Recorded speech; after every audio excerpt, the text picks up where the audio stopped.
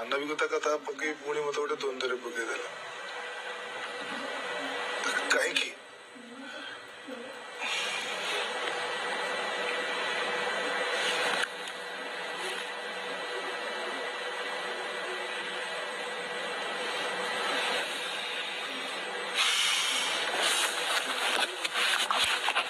ଆମେ ଧନ୍ୟବାଦ ଦେବୁ ଆପଣ ଯେ ନିଷ୍ପତ୍ତି ବଦଳେଇଛନ୍ତି, ଯୋଉ ନିଷ୍ପତ୍ତି ନେଇଥିଲେ ସେଇଟା ଅନ୍ତତ ପକ୍ଷେ ଯାତ୍ରା ଦର୍ଶକ ମାନେ ବହୁତ ଖୁସି ହଉଥିବେ।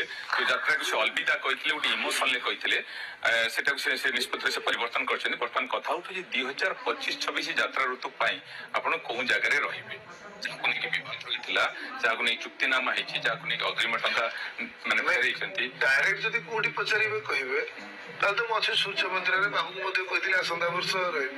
ଏ ଯୋଉ ମାନବିକତାର ପ୍ରଶ୍ନ ଥୋଇଦେଲା ଆଣିକି ଏଇଟା ହଉଛି ଆହୁରି ଗୋଟେ ବଡ ନାଇଁ, ମାନବିକତାର କଥାବାର୍ତ୍ତା ଏଇପାଇଁ ପିସ୍ ଭାଇ କହୁଛି, ଆଉ ଥରେ ବି ବିଚାର କର ଏବେ ସିଂହ ବାହିନୀର କଣ ପରିସ୍ଥିତି, କାହା ମାନେ କଣ ପାଇଁ ଏଇଟା ମୁଁ ଦୋଷାର ଉପରେ ଯିବିନି, ସମସ୍ତ ଦୋଷ ଯିଏ ଯାହାକୁ ଆଲୋଚନା ହେଇକି ଏଠି ଏଇପାଇଁ ମାନବିକତାର ଛାଡୁଛି ମୁଁ ଯେ ସିଂହ ବାହିନୀ ଏବେ ମାନେ କୋଉ ପରିସ୍ଥିତିରେ ଅଛି, ସେ ମାନବିକତା ତମ ଉପରେ ଏଇପାଇଁ ମାନବିକତାର କଥା ଉଠିଛି, ତମେ ନିଷ୍ପତ୍ତିଟା ନିଅ।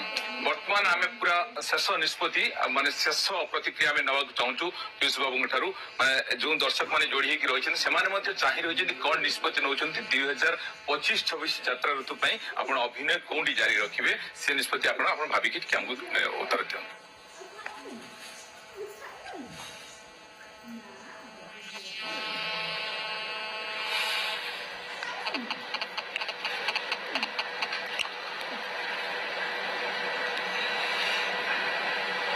ମାନବିକତା ମୁଁ ଅଛି ବାବୁ ଆପଣଙ୍କ ସାଙ୍ଗରେ ଆର ବର୍ଷ, ମତେ କ୍ଷମା କରିଦେବେ।